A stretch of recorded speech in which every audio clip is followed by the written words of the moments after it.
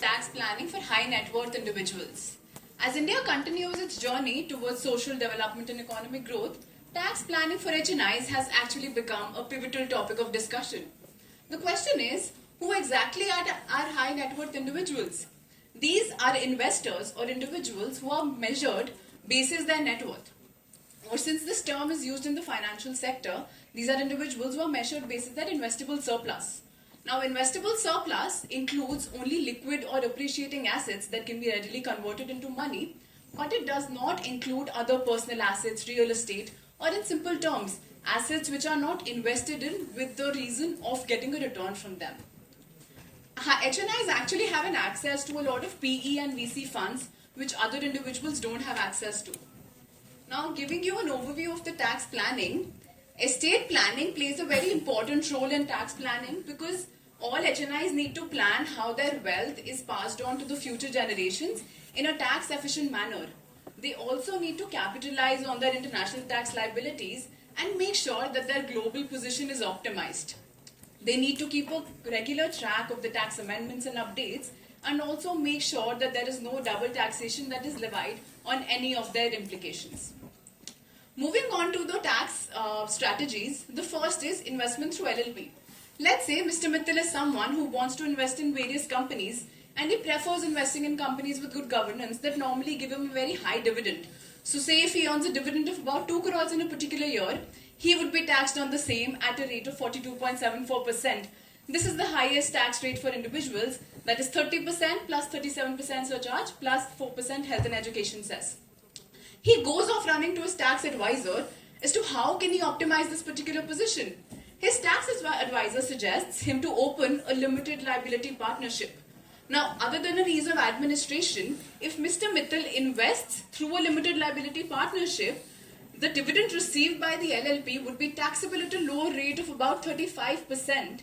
And because of Section 10, subsection 2A of the Income Tax Act, the profit distribution from the LLP to Mr. Mittal will be exempt in his hands. So this leads to a lower taxation rate. So this was mostly about how he can invest. But what about MNCs that want to enter into India? They always want to have capital readily available in the country to be able to capitalize the Indian market. Now either the LLPs can do this by setting up a company in India or through an LLP in India. If they do this through a company, there is double layer of taxation. That is, when the company gets a return from the investments, the same will be taxable on the company, and when it is distributed to the MNC, the same would be taxable on the MNC as well. As against, if it is done through a limited liability partnership, there will be only single layer of taxation, because even in that case, there will be the same exemption under Section 10(2)(a. That is, when the LLP distributes the returns to the MNC, it will be exempt. So it's not only the ease of administration, but it's better for international markets. Now let's say someone like Mr. Mittal wants to invest abroad. How exactly can he do that? There are two modes of doing that. Either he can do that directly, but in that case, there is an LRS limit of $2.5 lakh per annum. What exactly is the LRS limit?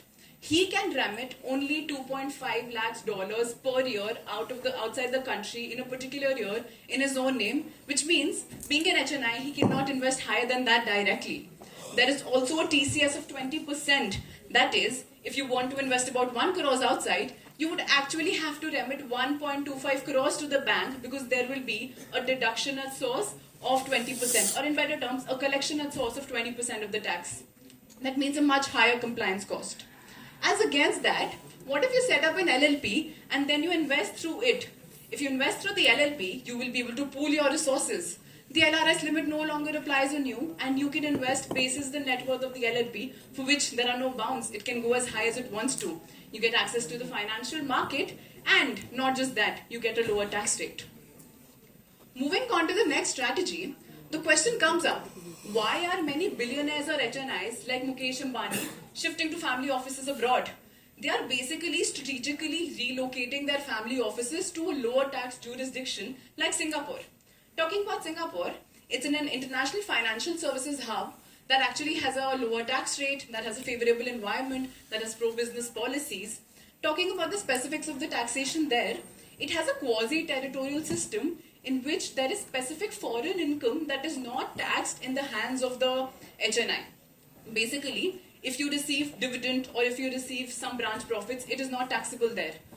The capital gains is also not taxable for Singapore residents, while for non-residents there is a much lower tax rate. Singapore has entered into a variety of double taxation agreements as well as investment protection agreements, which makes it a perfect place to get good global access. Even places like Dubai, they have a very strategic location that is between the east and the west, so you can get good access to the global markets as well as almost no taxation. Now there's still taxation in Dubai, but still not high as Singapore and India. Moving on, it is not necessary that you always bring back the money from a Singapore family office to India.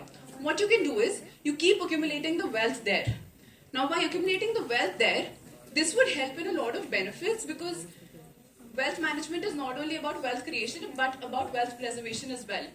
The wealth keeps on sitting there, it would help in succession planning. That is, you would be able to distribute your wealth to the future generations in a much effective way without coming in the tax jurisdiction of India and paying a high tax rate on the same.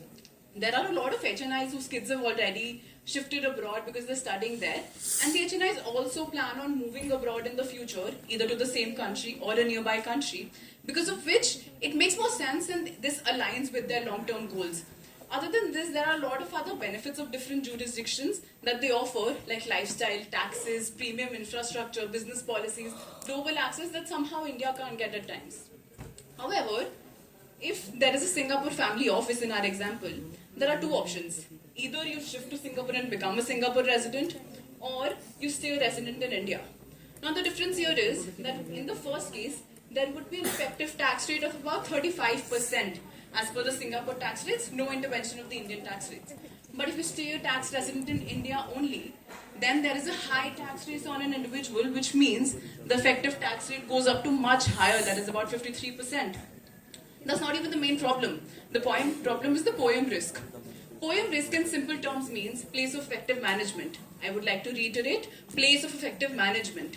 The Indian tax authorities would actually check where is this Singapore family office effectively controlled from. Is it controlled from India? The questions are the board of directors in India? Are the employees in India? Are the assets in India? Is the income coming to India? Are the key affirmative matters being taken up from India? And if the answer to all of these questions is yes, which means place of effective management is in India, and the Singapore family office will consider to be a foreign company in India, which means the 17% rate is not going to apply anymore.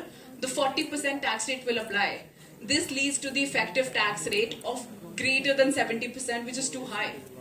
So India realized that there is a need to change, so HNIs also stay in India. Against that, there comes a concept of gift city. So the IFSCA realized that there is a concept of having gift city in India, because of which you set up a family investment fund in the gift city only, and you would be able to get a lot of tax exemptions. Like there is a 100% tax exemption for 10 years, there is GST exemption, the dividend income would be taxed at a much lower rate, you would be able to get easy funding, you would be able to get premium infrastructure, you would be treated as an overseas company for regulatory purposes but a tax resident for Indian purposes, hence mitigating the POEM risk. So this is how HNIs can also be in India and capitalize all of their income here without paying high tax. Coming to the last strategy, say Ghazal Alag invested about 50 lakhs in 2017 in Mama Earth, and in 2020 there was a bonus issue of 1:1. Now in 2021 there is a requirement to sell a stake of 30%.